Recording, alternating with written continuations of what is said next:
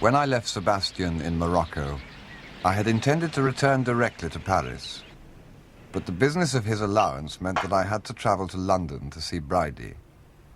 We met in the library of Marchmain House. Do you consider there is anything vicious about my brother's connection with this German? No. I'm sure not.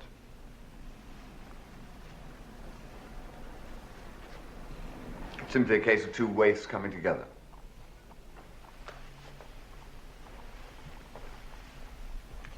You say he's a criminal? Criminal type. He's been in a military prison, and he was dishonorably discharged. And the doctor says Sebastian is killing himself with drink. Weakening himself. He hasn't DTs or cirrhosis. He's not insane? Certainly not. He's found a companion he happens to like, and a place that he happens to like living in. Then he must have his allowance, as you suggest. The thing's quite clear.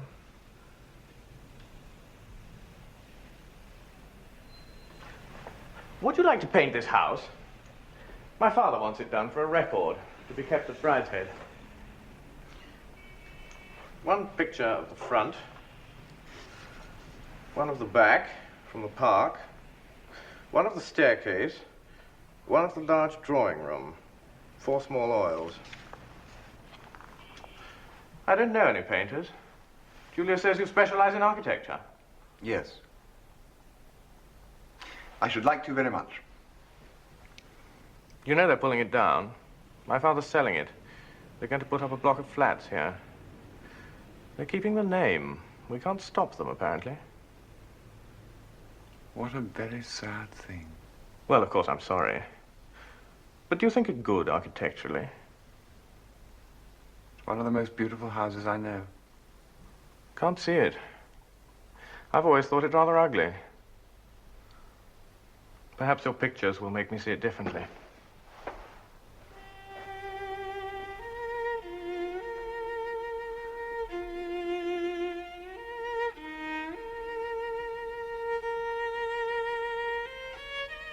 I began in the long drawing room, for they were anxious to shift the furniture which had stood there since it was built.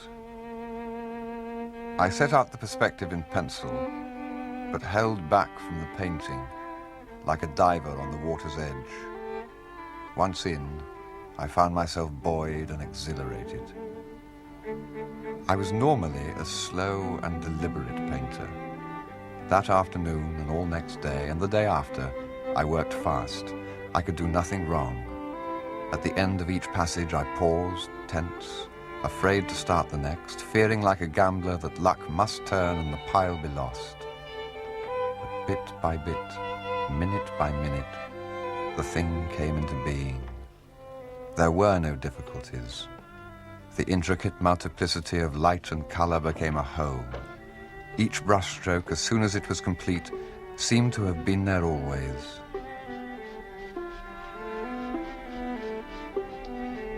May I stay here and watch? Yes. So long as you don't talk.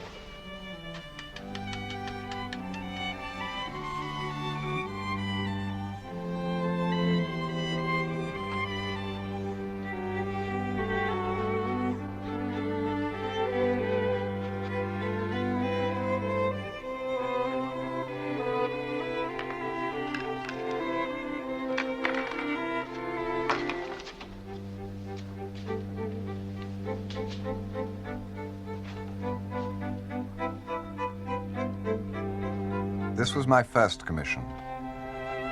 I had to work against time, for the contractors were only waiting for the final signature to start their work of destruction. In spite, or perhaps because of that, for it is my vice to spend too long on a canvas, never content to leave well alone, those 4 paintings of Marchmain House are particular favorites of mine. And it was their success, both with myself and others, that confirmed me in what has since been my career. Must be lovely to be able to do that. It is.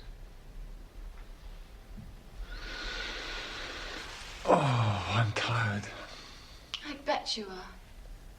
Is it finished? Practically. I shall have to go over it again in the morning.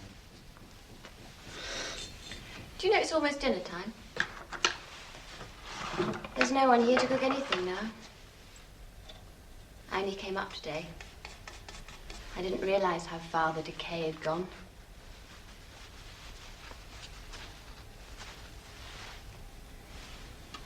You wouldn't take me out to dinner, would you? All right. Oh, thank you. I'll go and get changed. We let ourselves out by a side door and walked to the Ritz Grill. You've seen Sebastian? Yes, I have. He won't come home, even now. I didn't realize you understood so much. Well, I love him more than anyone. Sad about Marches, isn't it? Very sad.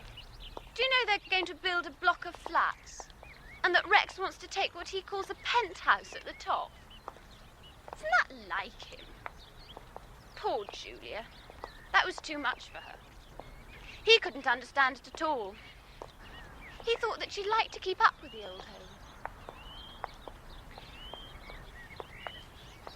Things have all come to an end very quickly, haven't they? Apparently, Papa's been terribly in debt for a long time, and selling Marches has put him straight again. But what's going to happen to you? What indeed? There are all kinds of suggestions. Aunt Fanny Roscommon wants me to live with her. And then Rex and Julia talk of taking over half of Brideshead and living there. But won't your father come back? We thought he might. But no. They closed the chapel at Brideshead. Did they? Bridie and the bishop. Mummy's requiem was the last mass said there. After she was buried, the priest came in. I was there alone. I don't think he saw me. He took up the altar stone and put it in his bag. Then he burnt the wads of wool with the holy oil on them and threw the ash outside. He emptied the holy water stoup, blew out the lamp in the sanctuary, and left the tabernacle open and empty, as though from now on it was always to be Good Friday. Suppose none of this makes any sense to you, Charles? Poor agnostic. I stayed there till he was gone. Then suddenly there wasn't any chapel there anymore. Just an oddly decorated room. Can't tell you what it felt like.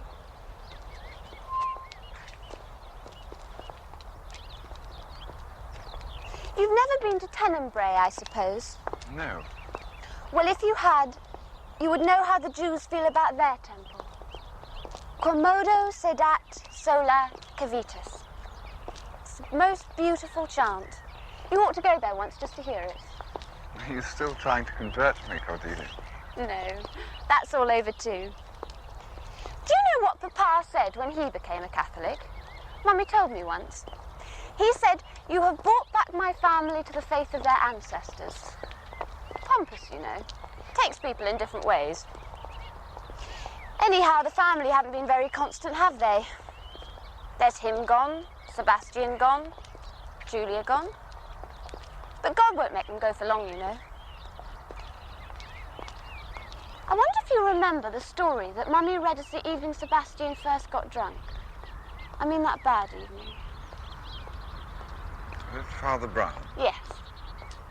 He said something like, "I caught him, the thief, with an unseen hook and an invisible line, which is long enough to let him wander to the ends of the world and still bring him back with a twitch upon the thread."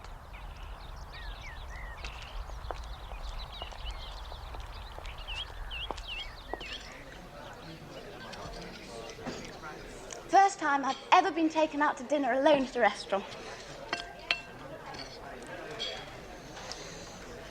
Do you know what Julia said when she heard about Marchmain being sold?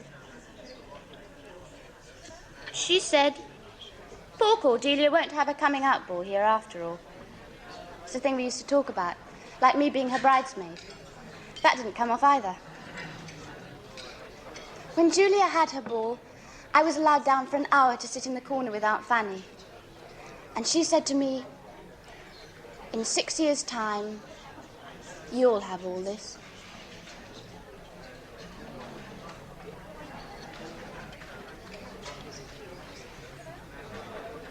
I hope I've got a vocation. I don't know what that means. It means you can be a nun. If you haven't a vocation, it's no good, however much you want to be. And if you have a vocation, you can't get away from it, however much you hate it. Bridie thinks he has a vocation and hasn't. I used to think Sebastian had and hated it. But I don't know now. Everything's changed so much suddenly. You'll fall in love. Oh, I pray not.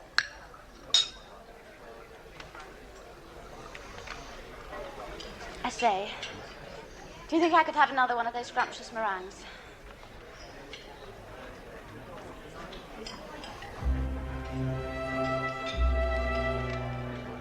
My theme is memory, that winged host that soared about me one grey morning of wartime.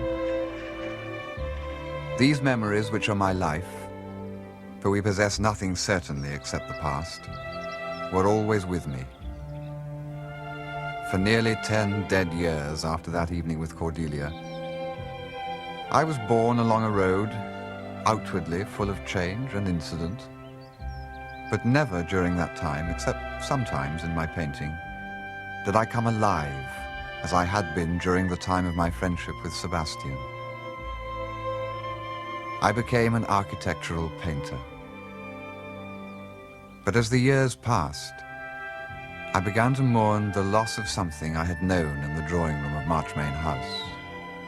The intensity and singleness and the belief that it was not all done by hand. In a word, the inspiration.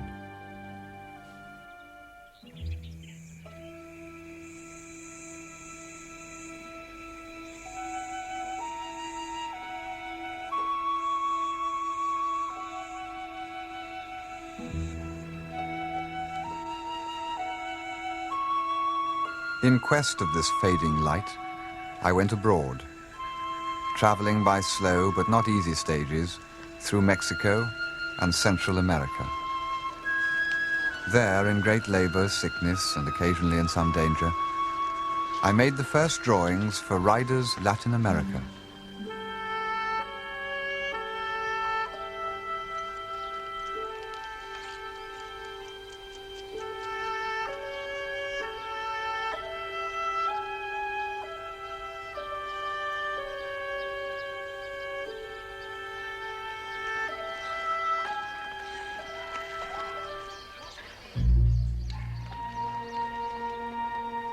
I was in no great pains to keep in touch with England. I followed local advice for my itinerary and had no settled route, so that much of my mail never reached me, and the rest accumulated until there was more than could be read at one sitting. But despite this isolation and this long sojourn in a strange world, I remained unchanged. Still a small part of myself pretending to be whole. I discarded the experiences of those 2 years with my tropical kit and returned to New York as I had set out.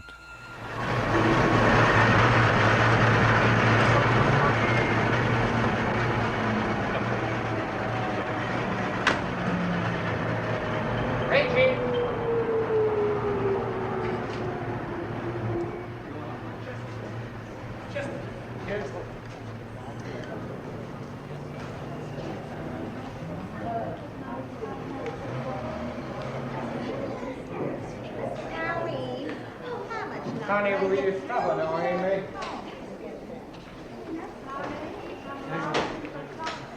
I have a suite booked.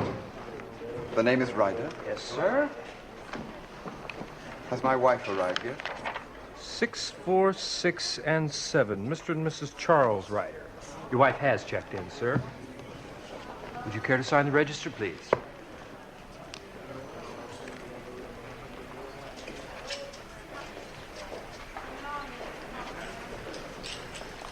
Your wife went out earlier, sir. She said to say that she'd be back after lunch. Thank you. 6, 4, Any 6, messages 7. to Thank call you, for? sir. No, sir. Thank you.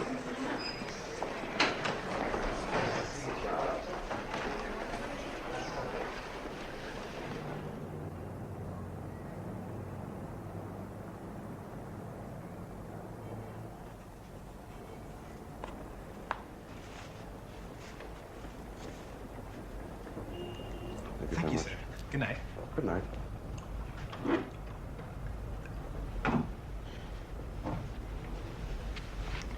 I don't believe you read my letters. Well, some of them went astray. I remember distinctly your telling me that the daffodils in the orchard were a dream, and that the new nursery maid was a jewel. But frankly, I cannot remember you telling me that your new baby was called Caroline. Why did you call it that? After Charles, of course. Ah.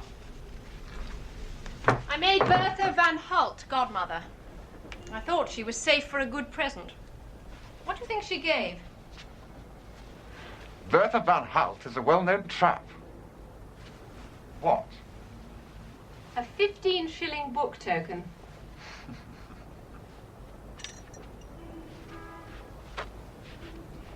Now that John has a companion, I think Who? we're... Your son, darling. You haven't forgotten him, too. Why'd you call him that? It's the name he invented for himself. Don't you think it's sweet? Now that John has a companion, I think we'd better not have any more for some time, don't you? Just as you like. John talks about you such a lot. He prays every night for your safe return.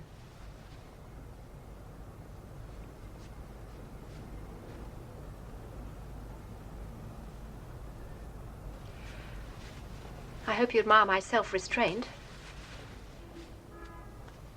Restrained. By not asking any awkward questions. I may say I've been tormented by visions of voluptuous half-castes ever since you went away.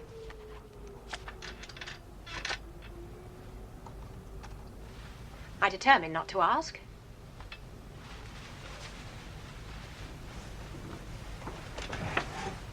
And I haven't. That suits me.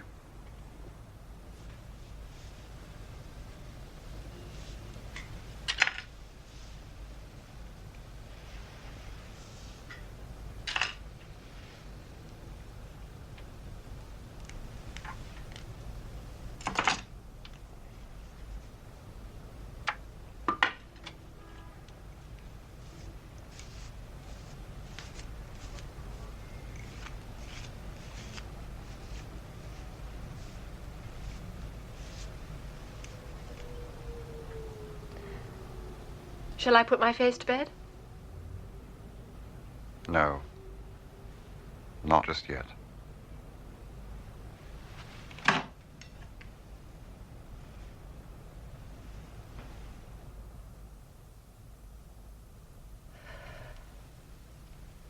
don't believe you've changed at all, Charles. No. I'm afraid not. Do you want to change? It's the only evidence of life. But you might change so that you didn't love me anymore. There is that risk. Charles, you haven't stopped loving me. You said yourself I hadn't changed. Well, I'm beginning to think you have. I haven't. No. No, I can see that.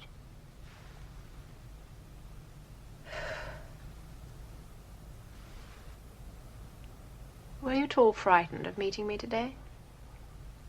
Not the least. You didn't wonder if I should have fallen in love with someone else in the meantime? No. Have you? You know I haven't. Have you? No. I'm not in love.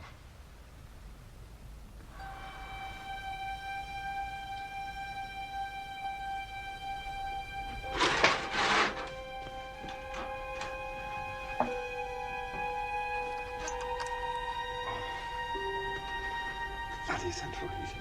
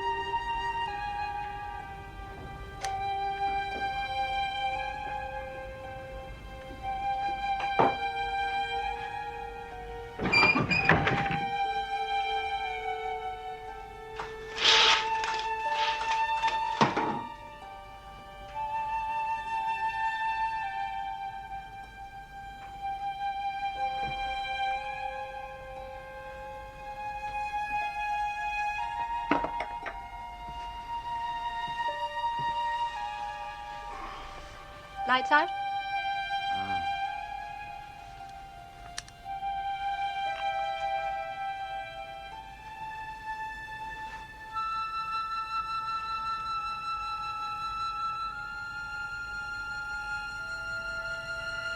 The garden's come on a lot.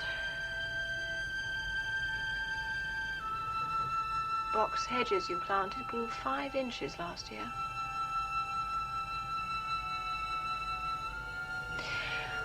Of course, darling, I can see your new pictures are perfectly brilliant and really rather beautiful in a sinister sort of way, but somehow I don't feel they're quite you.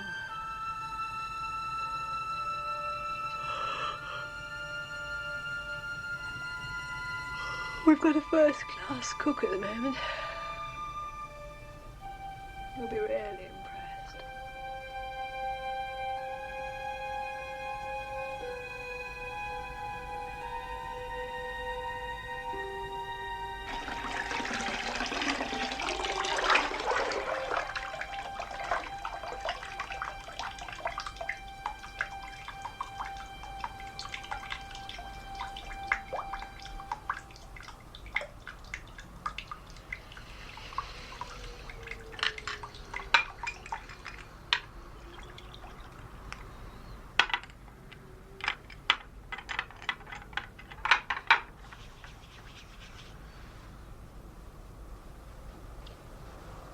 Just like old times. I'm not worrying anymore, Charles. Good. I was so terribly afraid that 2 years might have made a difference. Now I know we can start again exactly where we left off. When? What? When we left off what?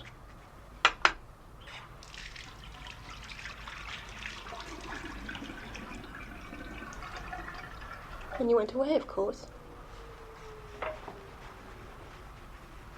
You're not thinking of something else a little time before?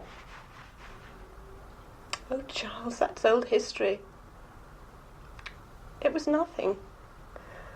It was never... It's all over and forgotten. Just wanted to know. So, we're back where we were the day I went abroad, is that it?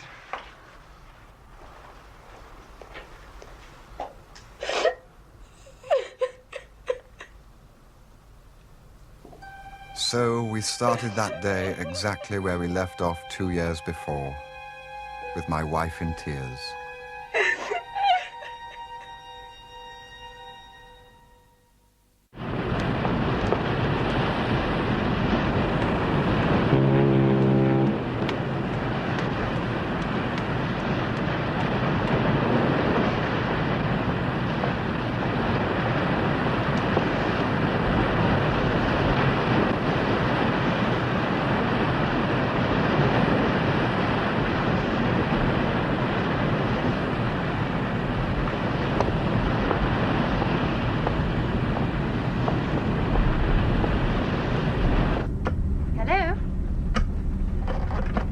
Hello? In the dressing room, please. Charles, I'm just arranging our little party this evening. Julia? Celia? Celia Ryder. No, it's lovely to find you on board. What have you been up to? Oh, come and have a cocktail this evening and tell me all about it. Good. See you then. Julia who? Mottram. I haven't seen her for years. Hello? Operator, could you get me I had not seen Julia since the private view of my first exhibition, where the 4 canvases of Marchmain House, lent by Bridie, had hung together, attracting much attention. Those pictures were my last contact with the flights. Our lives, so close for a year or two, had drawn apart. Sebastian, I knew, was still abroad. Rex and Julia, I sometimes heard it said, were unhappy together. Rex was not prospering quite as well as had been expected. I saw their faces now and again peeping from the Tatler, but they and I had fallen apart into separate worlds.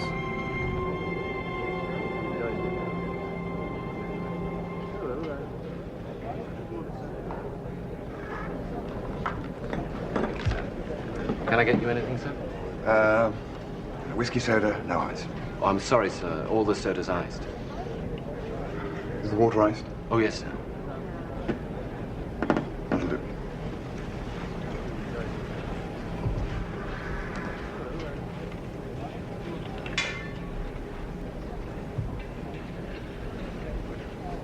Charles, Hello. I heard you were here. Celia telephoned to me. It's delightful. Will you join me for a drink? Thank you. What are you doing? Waiting. My maid's unpacking. She's been so disagreeable ever since we left England. She's complaining now about the cabin. I can't think why. It seems the lap of luxury to me.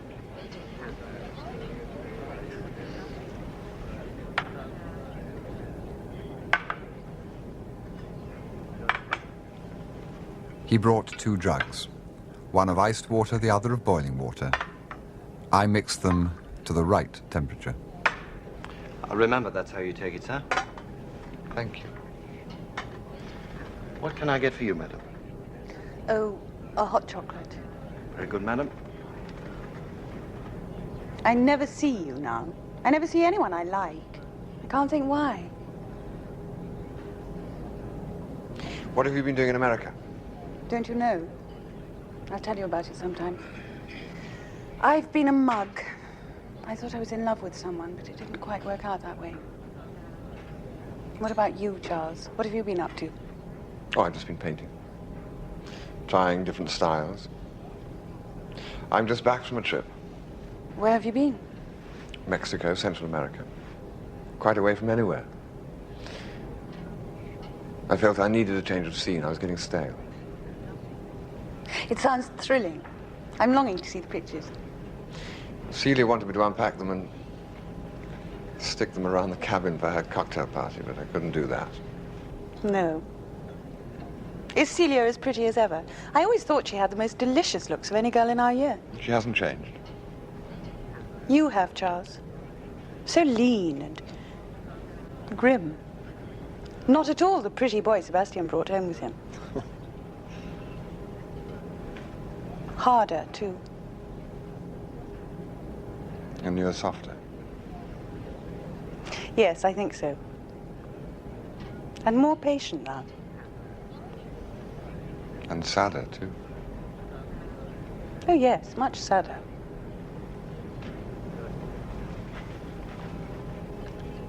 Facing into the room, please. My wife was in exuberant spirits when 2 hours later Just straighten it up. I returned to the cabin. There you are. I've had to do everything. How does it look? You must go and get dressed. Where have you been all this time? Talking to Julia Mottram. Do you know her? Oh, of course you were a friend of the Dipso brother. Goodness, her glamour. She greatly admires your looks, too. She used to be a girlfriend of boys. Surely not. He always said so.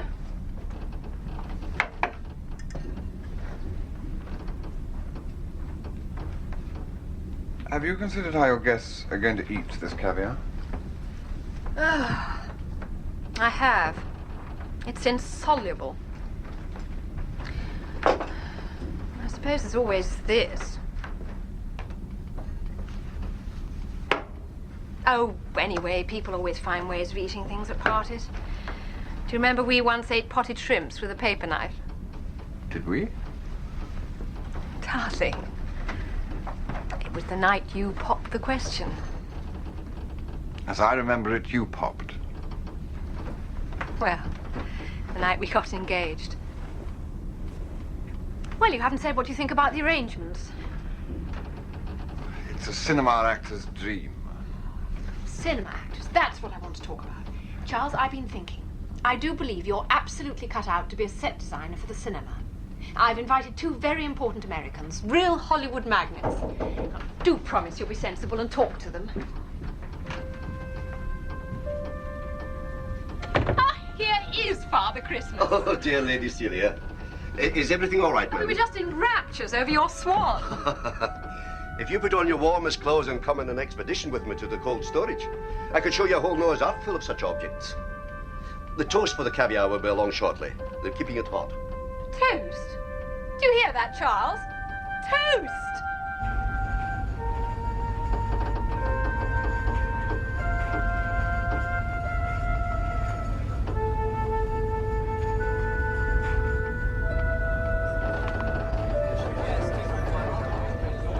Oh, my God. 6 weeks in America is going to be an absolute I do believe you've taken against my swan. Well, we were now, just don't worrying be about... beastly about it in front of the purser. I think it was sweet of him to think of it. You know, if Charles had read about it in a description of a 16th century banquet in Venice, he'd have said those were the days to live. But in 16th century Venice, it would have been a somewhat different shape. Hello. How are you? I'm so glad you could come, because I wasn't sure about it. Yes, Celia, what a beautiful swan. Isn't it heavenly? I hate to spoil the fun, but it looks like we're in for a storm. So how can you be so beastly? Anyway, storms don't affect a ship this size. Well, it might hold us back a bit. But it won't make us sick. Well, that depends how good a sailor you are. I'm always sick in storms, ever since I was a boy. I don't believe a word of it. He's simply being sadistic. I must show you a photograph of the children. Do you know Charles hasn't even seen Caroline yet? Isn't it thrilling? I feel I know you through and through. Celia's told me so much about There were no friends of mine there, but I knew about a third of the party and talked away civilly enough. But all the time, I thought only of when Julia would come.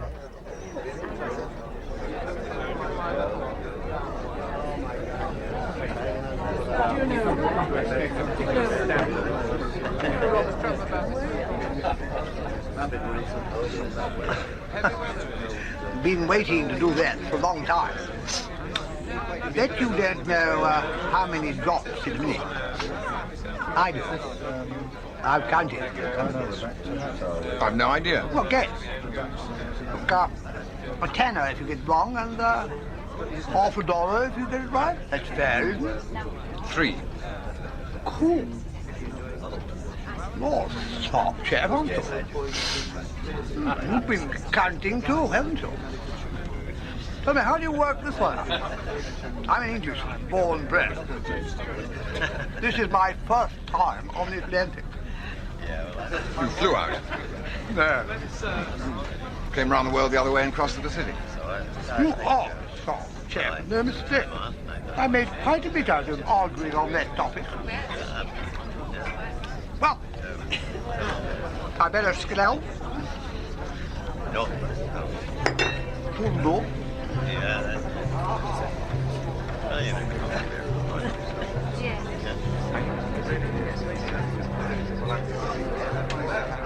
Still, Julia did not come. And the noise of 20 people in that tiny room was the noise of a multitude. Charles, this is Mr. Cragg of International Film. So you're Mr. Charles, right? Yes, Well, well, well. Our purser says we're in for some pretty dirty weather. Now, what do you know about that? Rather less than the purser. I'm sorry, Mr. Ryder. I don't quite get you. I mean, I know less about that than the purser. That's so. Again in half an hour and go on meeting every half hour for days. I've enjoyed our talk. I hope it'll be the first of many. You must promise me to bring that distinguished-looking husband of yours to my little do on Tuesday. Oh, we'd love to. Are you having one? Yes. Do tell me, how did it feel meeting Celia after 2 years? I know that I should feel indecently bridal. But then Celia has never quite got the orange bottom out of her hair, has she?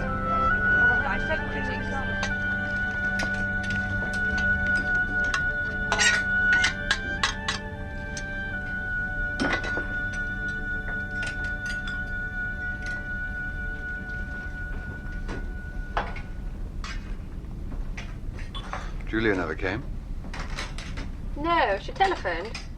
Couldn't quite hear what she said. There was so much noise going on. Something about a dress. It was quite lucky, actually. There wasn't room for a cat. It was a lovely party, wasn't it? Did you hate it very much? You behaved beautifully and you looked so distinguished. Who was your red-haired chum? No chum of mine. Oh, very peculiar. Did you say anything to Mr. Cram about working in Hollywood? Of course not. Charles, you are such a worry to me. It's no good just standing around looking distinguished and being a martyr for art. Come on, let's go to dinner. We're at the captain's table. I don't suppose he'll dine down tonight, but it's likely to be fairly punctual. Just see if I can find the dining room. This place is an absolute maze.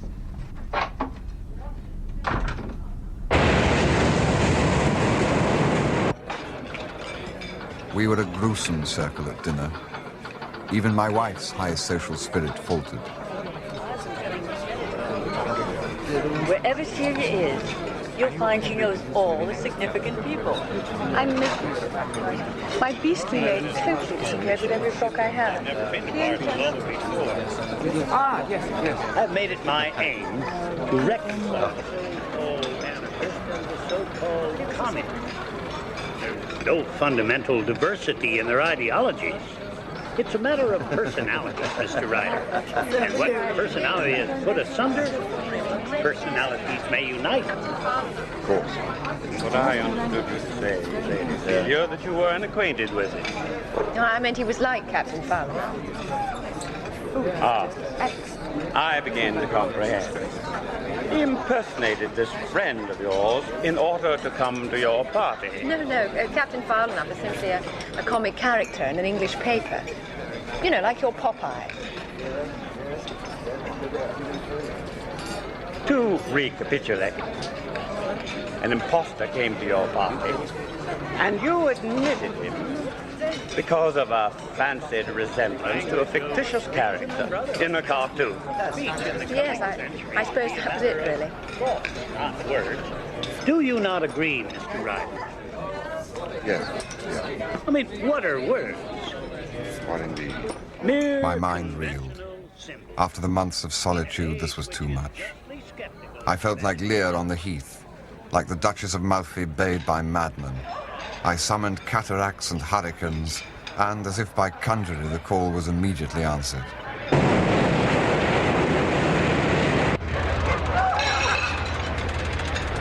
I know I'm a little drunk, or it's getting rough.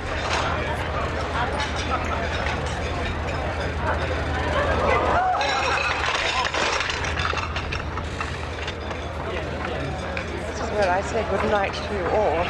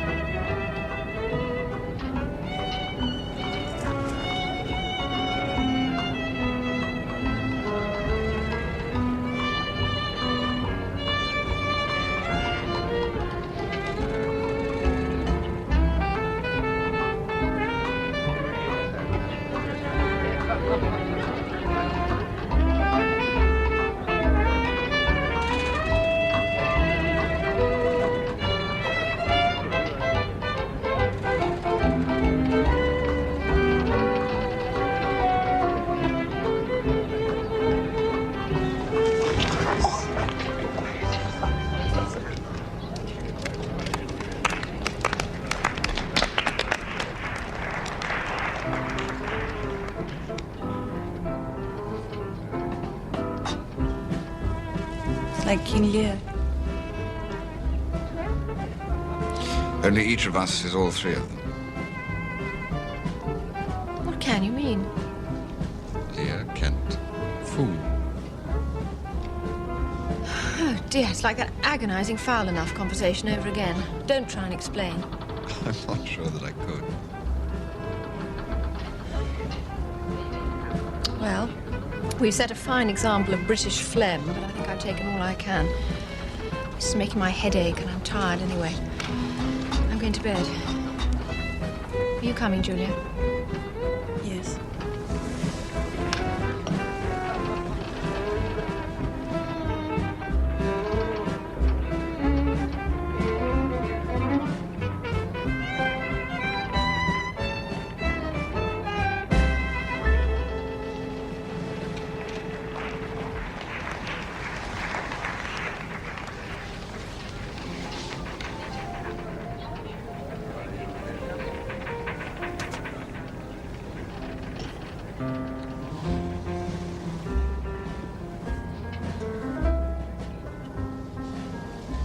Will you be joining in the Tomberg this evening, sir?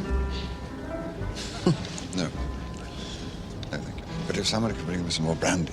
No, certainly, sir. I'll get a steward for you.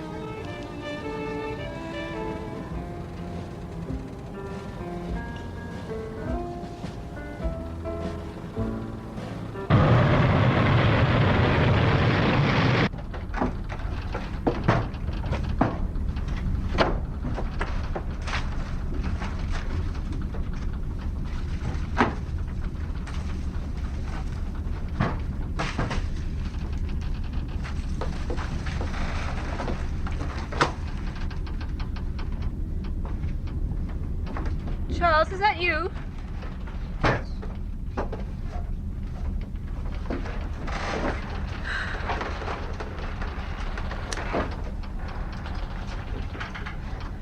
Oh. I feel terrible. I didn't know shit this size could pitch like this. Oh, can't you do something? Can't you get something from the doctor? I'll call the steward. Give her something.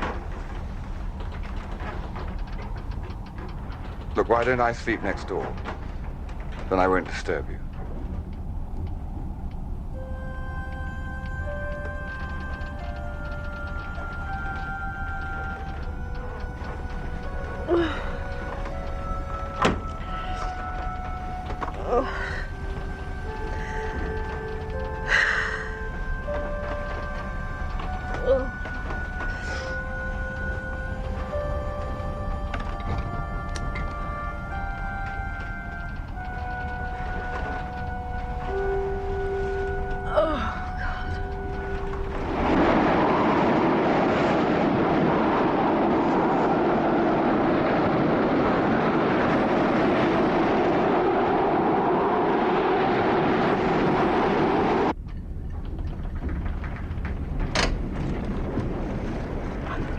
Oh, excuse me, sir, but these have come for you and her ladyship. What would you like me to do with them, sir? Oh, over there, somewhere.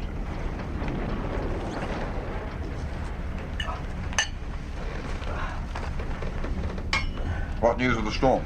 Well, the wind's dropped a little, sir, but it's still blowing quite hard, and there's a heavy swell. Nothing like a heavy swell for the enjoyment of the passengers. There weren't many breakfasts wanted this morning. Smoke, sir.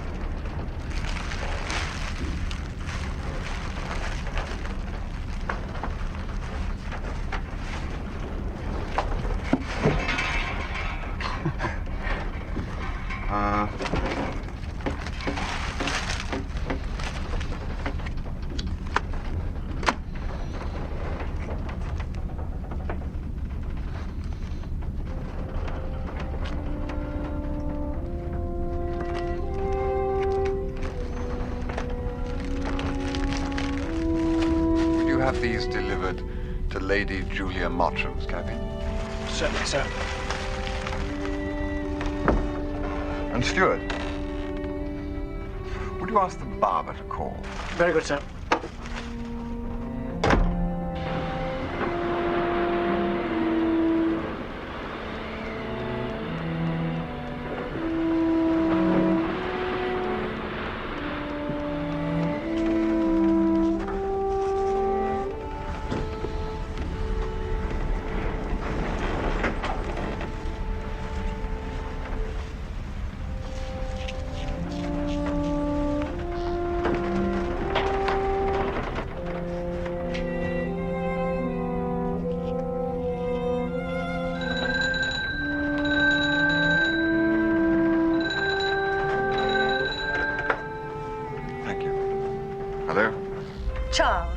What a deplorable thing to do.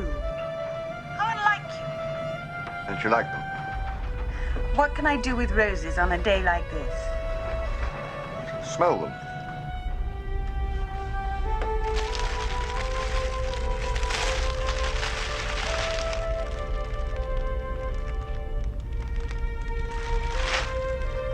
They've absolutely no smell at all. What did you have for breakfast? Muscat grapes and cantaloupe. When am I going to see you? Before lunch? I'm busy till then with a massage. A massage? Yes, isn't it peculiar? I've never had one before, except once when I hurt my shoulder hunting. What is it about being on a boat that makes everyone behave like a film star? Well, I do. How about these very embarrassing roses? I'll see you on deck about 12:30. Marvelous. You might not recognize me. What do you mean? I'm having my beard removed. How dreadful. Sounds like an operation.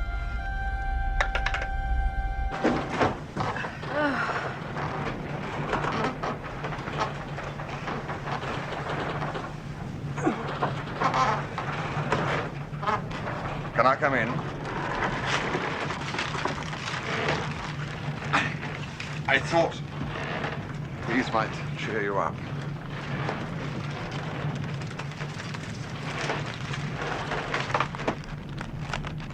How sweet people are.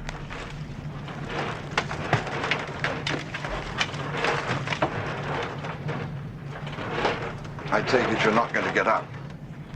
Oh, no. Mrs. Clark is being so sweet. Don't bother. Come in and tell me what's going on sometimes. Oh, no, dear, the less we're disturbed today, the better.